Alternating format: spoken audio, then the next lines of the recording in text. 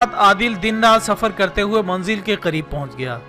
अभी वो कबीले की बस्ती से कुछ दूर ही था कि इसको एक शख्स मिला जो मेहरबान, खूबसूरत, मिलनसार और बाइखलाक था।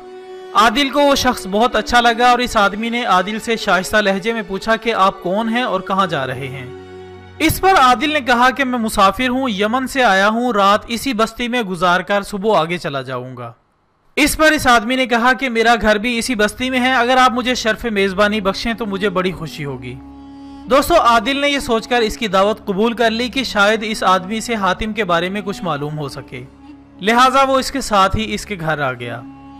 घर आकर इस आदमी ने रात भर आदिल की मेहमान नवाजी की और सुबह भी आदिल को पुरतकल्लुफ नाश्ता करवाया और इसके बावजूद भी इससे माजरत की कि वो इसकी मेहमान नवाजी ठीक तरह से नहीं कर सका, जिसके लिए वो शर्मिंदा है। नाज़रीन इकराम, आदिल इसकी आजी और इसकी खुश इखलाकी से बहुत मुतासिर हुआ। फिर आदिल ने इस आदमी से इजाजत मांगी। इस आदमी ने कहा कि इतनी जल्दी क्या है, आप मेरे पास कुछ दिन और रह सकते हैं। इसकी दरख्वास्त सुनकर आदिल ने कहा कि मुझे एक जरूरी काम है जिसके लिए मैं यहाँ आया हूँ। आदमी ने पूछा कि आप किस काम के लिए आए हैं, अगर आप मुझे बता दें तो शायद मैं आपकी कुछ मदद कर सकूं। आदिल ने कहा कि नहीं, ये एक राज है, अगर ये राज खुल गया तो शायद मैं अपने मकसद में कामयाब नहीं हो सकूंगा। इस आदमी ने आदिल को यकीन दिलाया कि इसका राज इसके दिल में ही रहेगा, अगर वो इसकी मदद कर सकता हुआ तो जरूर करेगा। आदिल ने सोचा कि ये इतना अच्छा और आला इखलाक का मालिक है, जो कह रहा है वो सच ही होगा। चुनाचे आदिल ने इस आदमी को अपने बादशाह के हसद से लेकर हातिम के कत्ल तक की सारी बात बता दी।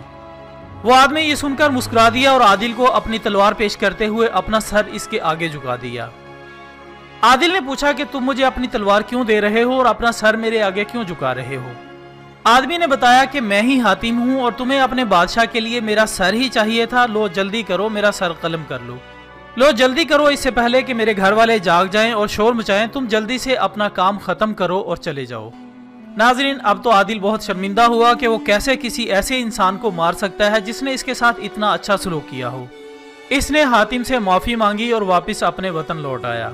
बादशाह ने जब इसे खाली हाथ देखा तो पूछा कि तुम नाकाम वापस क्यों लौटे हो। आदिल ने कहा कि ए बादशाह, अगर आप चाहें तो मुझे मेरी इस नाकामी पर कत्ल करवा दें, मुझे परवाह नहीं, मगर पहले मेरी पूरी बात सुन लें। बादशाह ने आदिल को पूरी बात बताने की इजाजत दे दी। आदिल ने इस बस्ती में हातिम से मिलने से लेकर आखिर तक सारी बातें बादशाह के गोश गुजार की और पूछा कि बताएं, मैं ऐसे इंसान को कैसे मार सकता हूं जिसने सब कुछ जानने के बाद भी अपना सर मेरे आगे झुका दिया। अब बादशाह को समझ आ गई थी कि क्यों लोग हातिम की सखावत की इतनी तारीफ करते हैं, लेकिन अब की बार बादशाह को हातिम ताई से जरा भी हसद महसूस नहीं हुआ। इसने अपने वादे के मुताबिक आदिल को इनाम-ओ-कराम से नवाजा। नाज़रीन